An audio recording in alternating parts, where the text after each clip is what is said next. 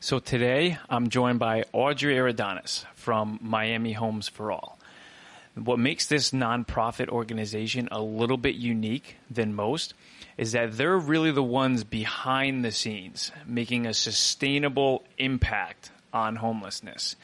How they do this is that they tackle homelessness with a bird's eye view approach by shaping policies that create affordable housing and also emphasize helping the youth suffering from homelessness. So all based around helping homelessness in the future as well. And that is actually Audrey's specialty, which you'll hear a lot about today. Her and I just could not put the conversation down, so I actually split this up into two parts. And here's part one. So let's do it. Too many days in the darkness without a glimpse of the light. Running tired and broken and scared, but I swear I'll never give up the fight. I see you broken and beat, head pulled down over your eyes. Every part of you wants to surrender, darling, you were meant to survive. Hi, Audrey. How are we doing today? It's so nice to finally have you come on the podcast and talk about all the amazing work that you guys do. Thank you so much for having me here. Yeah, and you're the Vice President of Programs for Miami Homes for All. That's right. All right. I'd love to just do a complete, just deep dive and get to know the program, what you guys do, and then also your own personal story as well. What made you want to get into the field, and then also to, where do you see yourself? Yeah. So Miami Homes for All, formerly known as the Miami Coalition for the Homeless. MHFA started back in the 80s, right? In Miami. In Miami. Okay. Imagine, let's go back. Let's think about 80s Miami. I'm talking Golden Girls. I'm thinking Scarface, yeah. Right? Well, I thought totally different media, but that was what's happening in Miami-Dade County. There was a lot of things going on in the 80s. There were a lot of issues with homelessness and a lack of affordable housing. There were a lot of people coming in here, and so to address that, the Miami Coalition for the Homeless came to be. There were a lot of issues around the criminalization of homelessness, well into the 90s as well. Actually, in Lummis Park, not that far from here, where we are in downtown Miami, there were, what would happen was they would just gather all people's items, people experiencing homelessness, bring them to the park, set it on fire. Oh, wow. Or just arrest people for just living their lives. Yeah. And so, a lot of our advocacy came out of that point, because what we wanted to do was how do we prevent and end homelessness in our community? And so with that, a lot of policies came through, legal decisions, all these different things. And, now we have the Miami-Dade County Homeless Trust and other agencies to address homelessness. Mm-hmm. And then in the early to mid 2000s, yes, we have the system now to address homelessness, but what about affordable housing? If we look at the data right now, 250,000 households are at risk of homelessness. And, this was pre-COVID-19. Yeah, not even homeless, at risk. Yeah, not even including the homeless. Exactly. And so when we think about how many people are currently experiencing homelessness in our system, there are about 8,000 people, right, being served by the Miami-Dade County Homeless Trust Continuum of Care. And so what we're seeing is there's this huge issue. And how do we get to that? How do we all have boring conversations about affordable housing, about pay, about building more units, about working together? How do we get that to happen? So at MHFA, we said, all right, let's get the data together. Let's convene all of our different partners and let's have these conversations and push for the best policies forward. So that way we're helping our most vulnerable residents. And when I say vulnerable, I'm thinking about, people that are most at risk of homelessness. due to systems of oppression and poverty, who are those people? These are people that are Black or brown. These are people that identify as LGBTQ+. These are people with disabilities. These are the people that I'm talking about that we must serve, that are oftentimes ignored, not brought to the table, and frankly, not listened to, right? Yeah, and I think a little bit of that too is just, there's no like true voice for the homeless. Absolutely.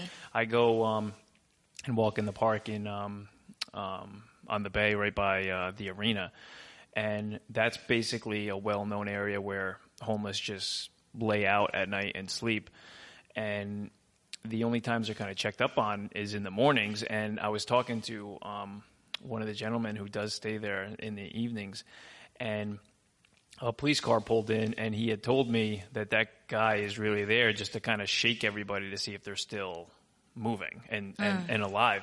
And I was like, oh my gosh. I was like, that just is such a horrible, I don't want to say open secret, but everybody knows that goes on. And I think about the gentleman I was speaking to, and, who is, fighting for him. Things Right. get done when somebody else says no, like you have to stop this, and fights for somebody else. And with homeless, I just feel like because there's nothing they can give to somebody to help. So there's nobody there for them, because it's not like there's no transaction almost. Right. I don't want to say that in a bad way, but there's nothing that you can really gain from helping a homeless person other than just maybe, the good feeling, the good vibe that you get, giving them food or money. But from their own standpoint, who's there consistently other than, obviously you guys and other organizations. And I think that's kind of, it just maintains them where they are. Right. And so it's like a ceiling. Exactly. Like something that we want to figure out is what are some long-term solutions? How do we have more housing that is available to everyone and, and fight the NIMBYism, right? Not in my backyard. Like when we think about having more affordable housing in different areas let's unpack affordable housing in the first place, because I think when people think affordable housing, they think it's like really bad buildings or public housing that are not like have bad poor reps, construction. right? And that's not what it is. It just literally means that people can afford to live there. The truth of the matter fact, the truth of it is that people should not be spending more than 30% of their income on rent. I can tell you most of everyone is definitely spending more than 30% of their income on rent or mortgage or whatever. And so let's just think about who's working in our community. For a waiter, which your hospitality business here is huge. For anyone doing, truck driving or an office assistant, they should not be spending more than $800 a month on rent. I don't know about It's you. almost like nearly impossible to do, I could never find anything $800 or real. That's the reality of what the market is like here. Like there's little to no affordable housing options, and when there is, it's a shack. Yeah. In someone's backyard. It's probably an illegal efficiency or something, and there's not even a kitchen. And these are things that we need to unpack a little bit. And even then, there's not even enough affordable housing for teachers. The truth of the matter, the truth of it is that teachers get paid, I think, like $45,000, $50,000 a year, right? And, can they find even affordable units just for teachers? No.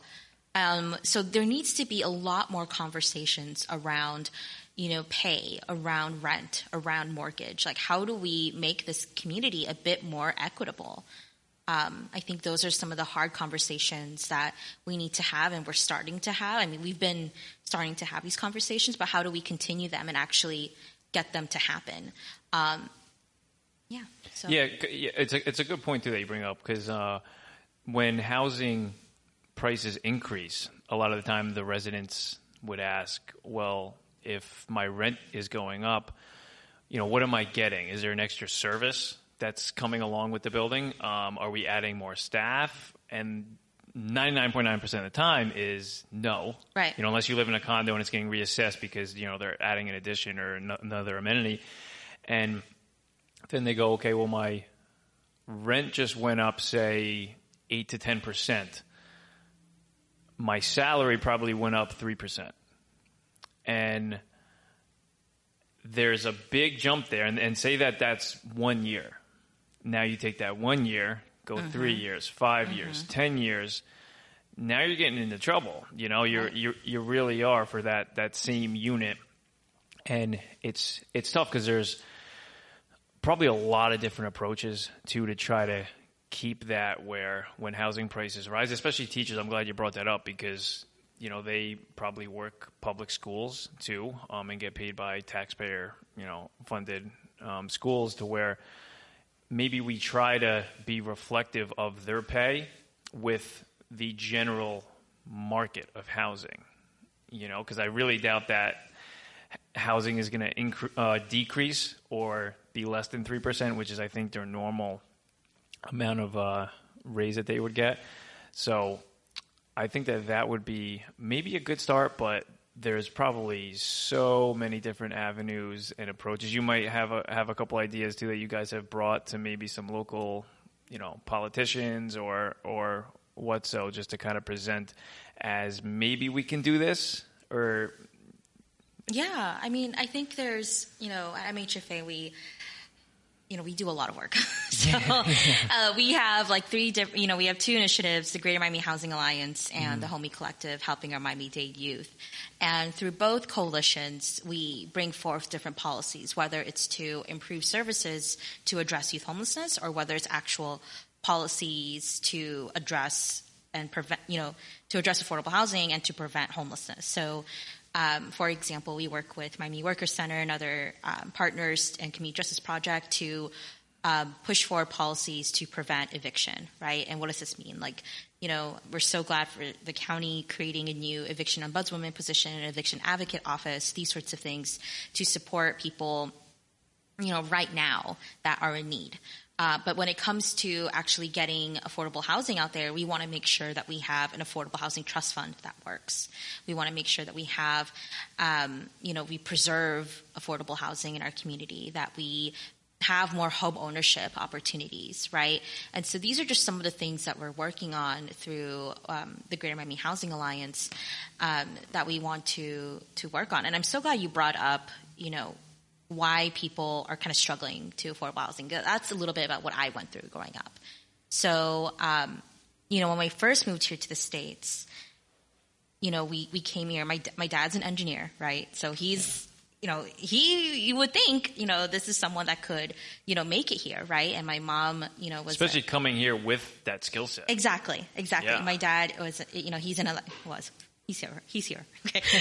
He is an electric engineer, right? And then my mom, she was a hospitality worker. And so coming here into this country, we came here from the Caribbean, which is also a little expensive. I spent my early childhood in the Cayman Islands. So coming here, my parents were like, okay, we can make it here. We can do things here. And it was such a struggle when people have to think about like immigration, about getting your papers right, about getting, just getting everything prepped and ready. We were in Brickell. And so if any of your listeners remember what Brickell used to look like, back in the early 2000s and 90s, it's not what it looks like today. It's very different.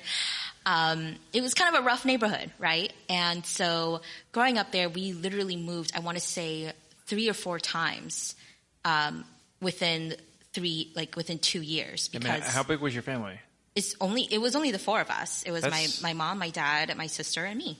And moving 4 times or couple times with 4 people is a lot, though. It was a lot. And, it was because the rent just kept going up and up and up because, the properties were just being sold. And then literally one day it's like, okay, the unit used to cost like $800, $900. I can't remember. And, like a 1-bedroom apartment, and then next thing you know, it's like, oh, now it's like 1,000 something.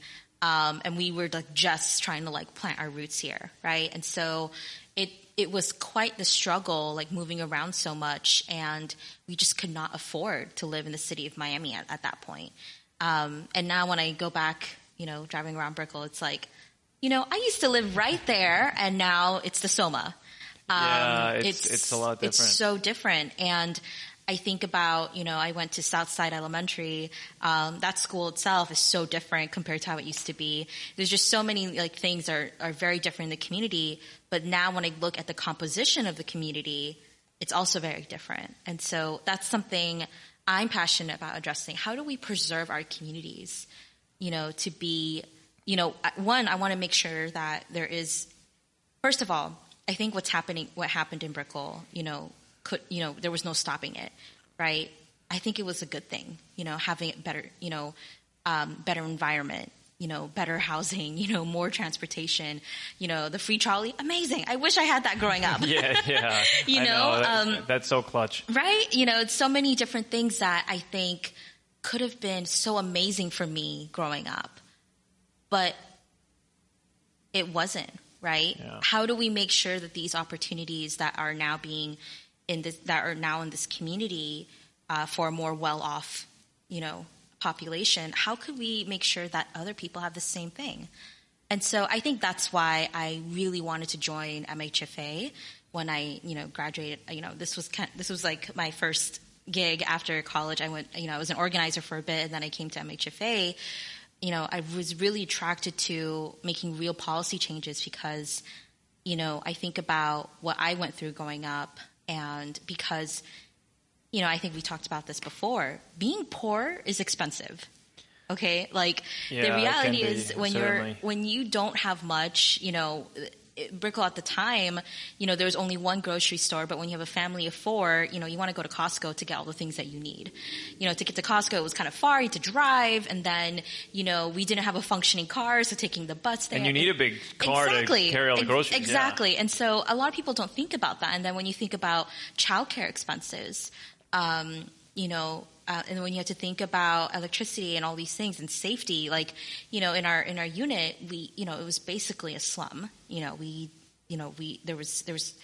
building was not taken care of, and there was just a lot of things that we had to pay on our own.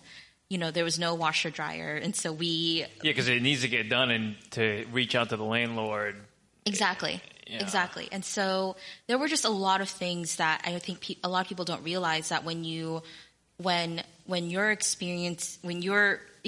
pinching pennies, people don't realize that it's really hard to sustain. There's a really good show on Netflix right now that kind of dismantles this a little bit and thinks about how poverty impacts the whole family, and how, not only impacts living situations, but also the emotions of the family. It's called Made.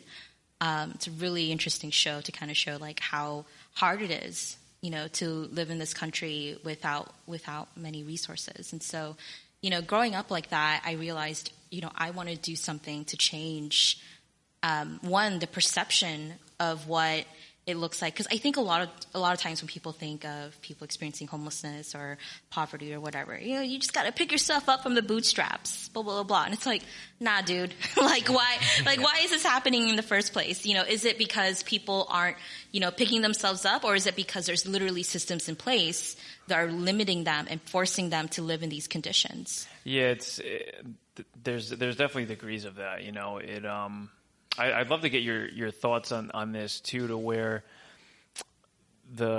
pick them up with their bootstraps. That's kind of like the traditional sayings, and just trying to get back out there and keep it going. But it is tough because, if you do have that career, then you get that 3% raise, but that 8% rent increase. What more can you do? Exactly. If you're putting in 40 to 60 hours a week, and then when your kids get older, well, what do? You stay home with them? Do you go to work? Can you even afford to stay home with them? And then if you're at work, now you have kids that are kind of being independent, maybe before they're ready to be independent, which also creates a lot of possibilities of them being at risk of certain things, especially growing up in a city. And I think I do think, and I want to get your thoughts on this, because I think you guys help organize this to a degree as well, which I think is a great way to reach that goal of sustainability with the housing crisis, which is some financial education on top of maybe some help, of course, for people getting rental assistance too. Because I always think, if we were to go outside, if there's a homeless person and we give them, that house, the roof, if they do want it to, and they're trusting too, because I've learned from speaking with homeless people, they are very distrusting sometimes of people approaching them and kind of telling them you're there to help and so too, and it's I've learned that that firsthand. No. I mean, when we think about when again, going back to 80s, 90s and all these different things. So when we think about public housing in the 90s, it's very different now.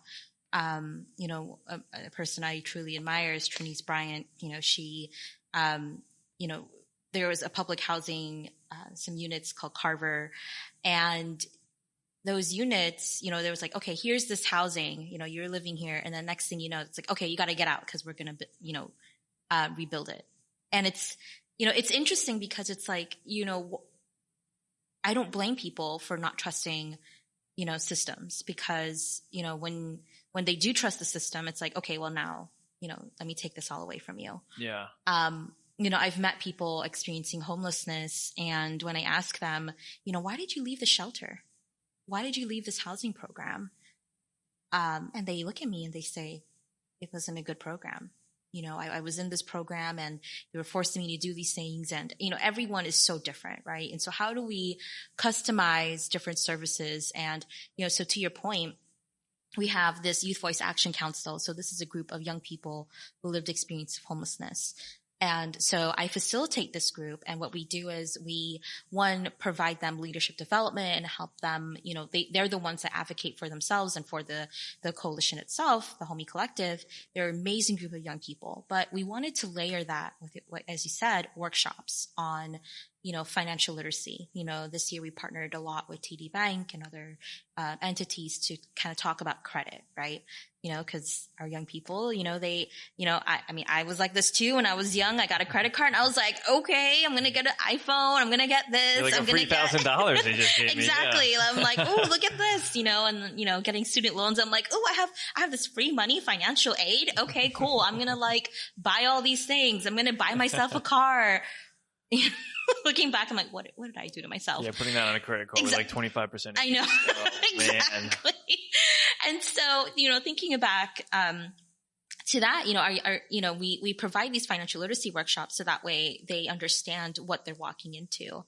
And so I think it's really important that, and that's all a part of Housing First, right? That's the best practice and a model that all of us should be using, and that we use here in Miami-Dade County is, when you're giving someone a unit, let's layer that with, cooking, how to cook for yourself, how to budget, how to do this, how to do that, how to clean.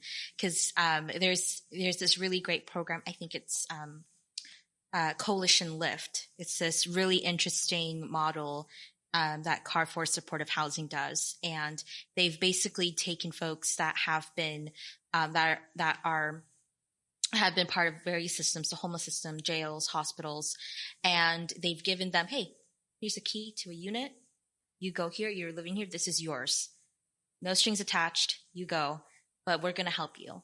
We're going to give you all that you need to live in this unit. And I believe the pilot program had about 48 tenants. And out of all 48 that lived there for a year, I think only one tenant was evicted. Because that one tenant, was, I believe they were violent against another tenant. So that's a pretty successful program. Yeah, so, I would say so. For yeah. Sure. And so that means that that model works. So to your point, it's, how do we make sure everyone has a housing, but then layer that with services and support? I think we can definitely accomplish that, especially now in the city of Miami when, unfortunately, some commissioners have put forth a policy that would criminalize people experiencing homelessness. This model proves that we can really solve the issue of homelessness if we all get our brains together and say, hey, let's let's build more housing. Let's repurpose some housing. There are so many, let's take a look around in Miami. There are so many buildings here that can be rehabbed, and worked on and given to folks that really need it. And then we just layer that with some support. And I think we can really address homelessness in our community.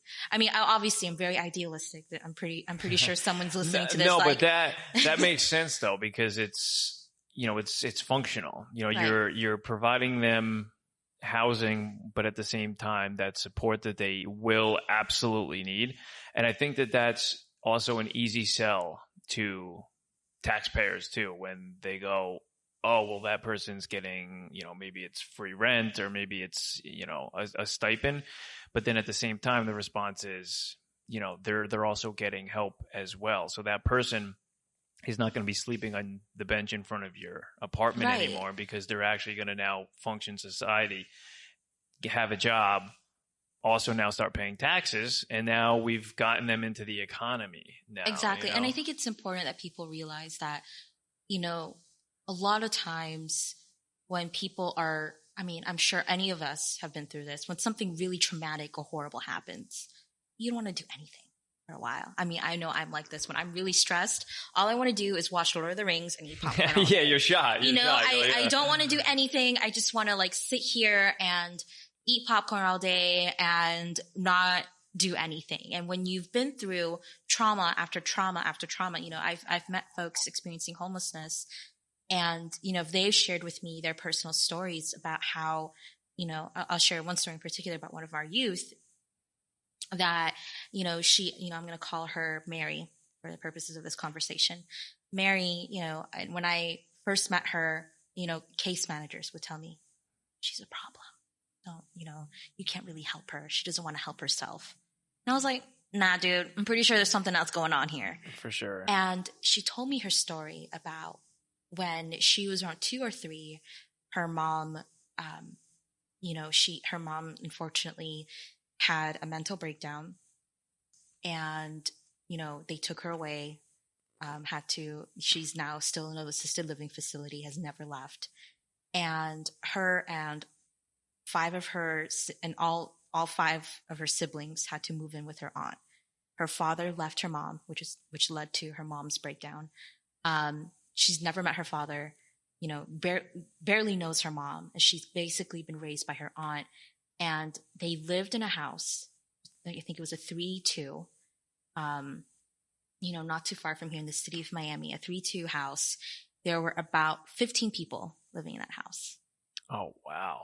And this was a single aunt, single mom, raising, her kids, her sister's kids. It's like a foster home at that point. Almost, right? And, not 15, I'm sorry. I think it was 10 or 11, almost 15. I think I rounded up. And so there were a lot of people living in that house, but, and it caused so much tension. And, in school, because of everything going on in her home life, she felt very ashamed about what she was going through. She didn't really make many friends. Her teachers just, she also has a learning disability, so her teachers kind of gave up on her. And so she felt like everyone ignored her for most of her life, but she had such passion and drive to help others. And when I met her, she struggled communicating her thoughts and her feelings, because it's she's been let down so many times. Her own family, her aunt kicked her out, on and off throughout her whole childhood. And so, she just felt like she couldn't trust anyone. And so whenever someone would help her, she would push back and she would, fight against them. Oh, you don't really want to help me. You're not really there for me. So, which is why a lot of case managers were like, she's a lost cause. And it's no, she's not. And so, I don't think there's any youth that you can actually say it's a lost cause, right? Because there's so much potential in regardless. And honestly, what it took was, I was like, you know what, Mary, let's go have lunch. Sat her down, talk to me. What is going on? And then she just told me everything about her life. And she was like, no one has ever listened to me before. And I think, this is just one case, but I think that goes for everyone. I think everyone just wants to be listened to. Nobody wants to be ignored. And this, this goes back to your point earlier that a lot of people feel like their voices are not heard. So how can we expect to solve a problem if we don't even know what the problem is? If we're not even listening to what the problem could be? Yeah, you can't. Exactly. You know? And so with her, I asked her, what is it that you need to thrive? She was like, I need a job. I need a place to live. And I just need to learn how to do things. And I was like, okay, let's do that. And, she was connected to Educate Tomorrow, which is a education agency here. She was connected to Miami-Dade College, and, we connected her to Citrus Health Network to get into a housing program, to get a voucher. And right now she's working for the U.S. Post Office. She is, she's about to graduate from Miami-Dade College with her AA. She has her own apartment. She is thriving. And all it took was just listening. That's all it took. And saying, hey, you can do this. And every time she felt like she was dropping the ball, I was like, you're not allowed to drop the ball. You can do this. So I think it's just a combination of listening and motivating someone.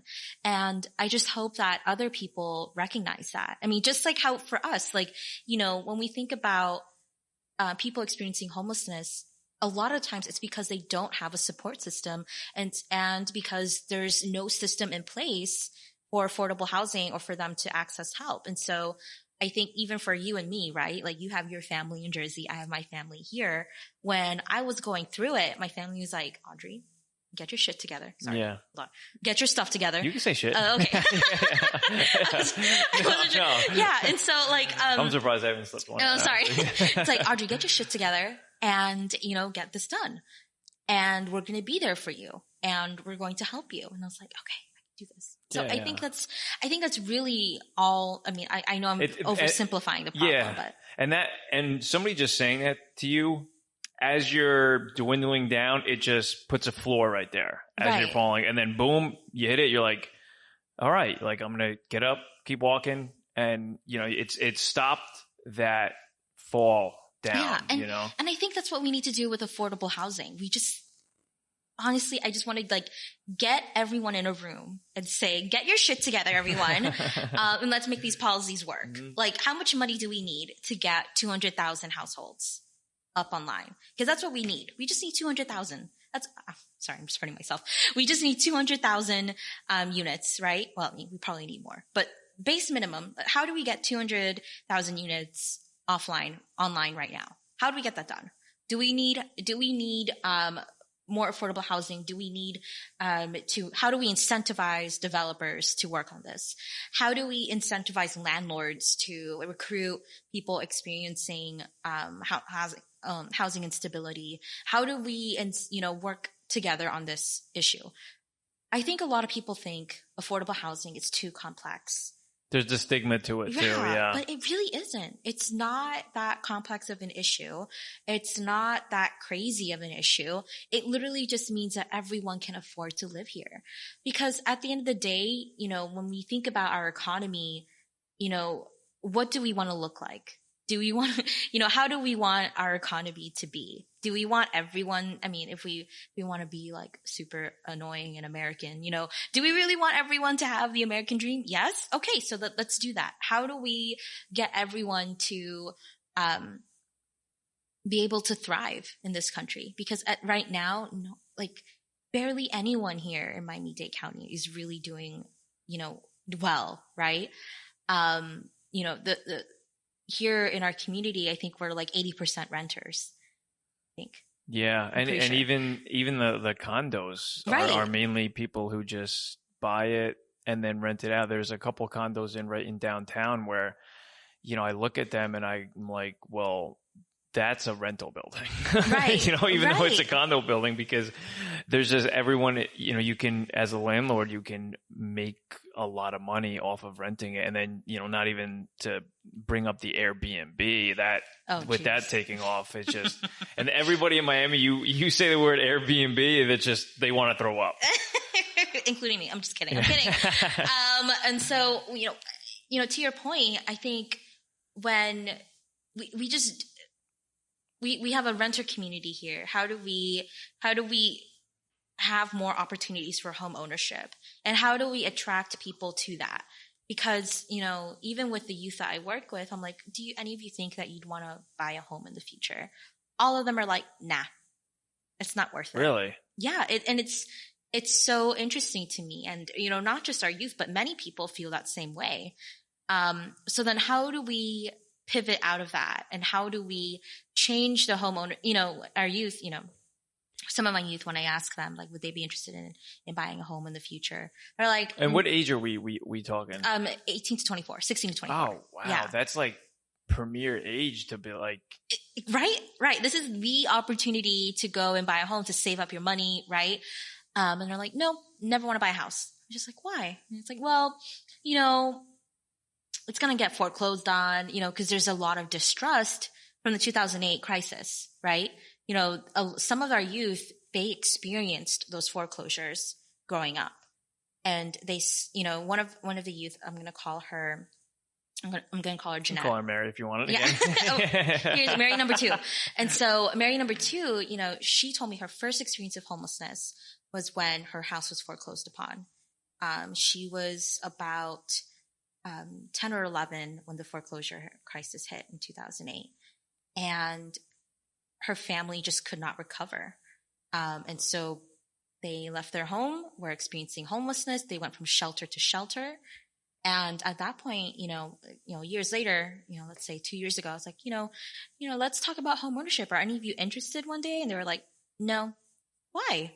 And Mary number 2 was like, I would never be interested in that, because then it's setting me up for failure. I can't trust the banks. I can't trust a lending agency. I can't trust this. And it's like, where have we, and so these are things that we need to be thinking about in the affordable housing space. Why is it that people don't want to buy homes? Why is it that people don't want to, do more than renting? Or why is it that people want to just focus on renting, and then spending exorbitant amounts of money on rent and not address their well-being? And with Mary number 2, do you think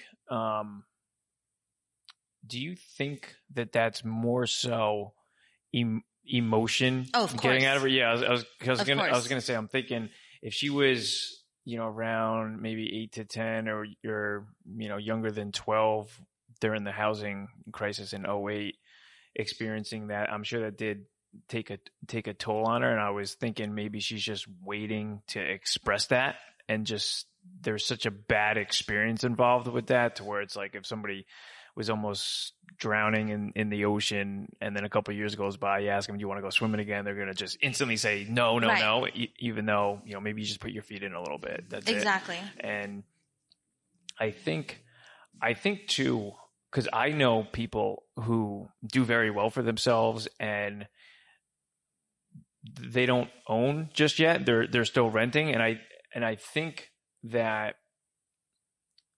just having that conversation with them to bring an awareness to, like, you can actually own something. You could probably go out right now. There's probably a neighborhood within 45 minutes of where you live to where you can probably purchase something right now with maybe an FHA, putting minimum down. And I think it's a little bit, for lack of a better word, lack of knowledge or belief in themselves. Maybe they just think of, well, people who own homes are like super, super rich, super wealthy, or they, maybe they have large sums of money. And I don't know if they actually believe in themselves that they could actually do it. Right. And I think that's exactly what's going on. And, when we think about housing, I think a lot of people are just scared of it for some reason. Yes, there's like a fear. Yeah, exactly. There's a fear of having affordable housing, and there's a fear of actually getting housing, across the spectrum, right? People that,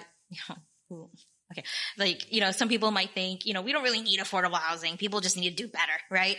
There's a fear there. Like, why are you scared of having like a mixed income neighborhood? What's going to happen? Nothing horrible is going to happen. Especially if you're in a inner city too, where there's buildings all over the place that do a million different things. Exactly. You go one block over and then there's super rich condos and then there's homeless people. It doesn't really... It makes no sense to me as to how we can't all work together, right? And so there's this fear, I don't really know where it comes from, but I think a lot of constituents and elected officials are maybe fearful of having these kinds of conversations around housing. And I think a lot of residents, maybe a lot of renters, I don't know the data, but maybe a lot of renters are scared of owning a property or, becoming an owner or even like going outside of what they know, right? And so right now we've been working on cases where we do door-to-door outreach, and some of the conditions that some of our residents are living in are absolutely horrible. But then they stay there, and then it's like, okay, why don't we help you do relocation? Well, I'm not going to find anything better than this. Yes, you can. You deserve that. And you probably will. Yeah. You deserve so much better. Like, let's help you do that. And it's so interesting that, here, I don't know what it is, but I think I don't know if you've experienced this in other cities that you've been in, but it's this fear of the unknown of housing in general. And I don't know where it comes from. And I think that's some of the everyday conversations that we have with our partners sometimes. Like, how do we create more like policies that are equitable in our community? And then when we have conversations with, people with power or stakeholders, and it's like, I don't know if we should have this right now. I can tell you right now that sometimes when we try to have meetings with folks, people don't want to meet with us. And it's like, why? Are you scared of us? Like, what are we, what's going on here? And so it's really interesting sometimes to kind of see how that all works out. Yeah, it's when you do meet with those folks, do you sense that they already have an intention already made up? Yeah, for sure. I think, everyone comes to the table with their own perspective, right? And so everyone's coming to the table of what they think is the solution to affordable housing, without centering the resident. And I think that's the issue, right? I think something that we focus on at MHFA, let's go back to the resident. We have this resident engagement task force. We work with grassroots partners, and we always ask them, what are the needs from residents? What are they saying? And, we engage with residents directly. I engage with our youth directly, and I say, hey, like, what is it? Like, what are the things that we need to be thinking about and looking at? And our residents in our community are having a totally different conversation to what others are saying in our community. So it's really interesting. So how do we bring those communities together? And I think we have been pretty successful in doing that through our eviction task force. Many of our renters have said, hey, like, we want to make sure that, we have an eviction advocate office, that we have someone at the county that we can talk to directly if we have any questions. And then we worked with Miami Workers Center and others to make that happen, and it's happening. And I think those are really good things. So I think when we think about affordable housing, I think that's more of what we need to do. And, we also have an initiative for public land for public good. How do we utilize publicly owned land for the community, whether it's the Alapata Library or whether it's, utilizing public land to build more housing, whatever it may be? How do we have these conversations? And our residents have spoken. So what we try to do at MHFA is always uplift what our residents are saying and centering their voices. Because you're speaking for them. Right. Respectively. And they also speak for themselves. Like, we partner with them to go speak at commission meetings or to speak with stakeholders. And they're the ones leading those conversations. And we're just saying, hey, yeah, what they said, here's the policy to make it happen. Our Youth Voice Action Council, they recently had in July the Homie Summit. And at the Homie Summit, they presented different advocacy projects that they know could work.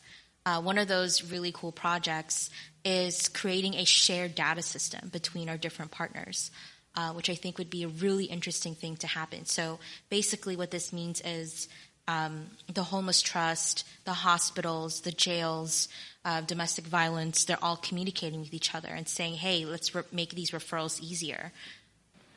Thanks for tuning in today, guys. I hope you enjoyed it. On part 2, Audrey really gets into the specifics of the youth programs that she helps operate and facilitate in order to help youth homelessness. And me and her also get into a great discussion regarding the generational differences in home ownership between millennials, Gen Zs, and baby boomers, and the reasons why. So, hope to see you then.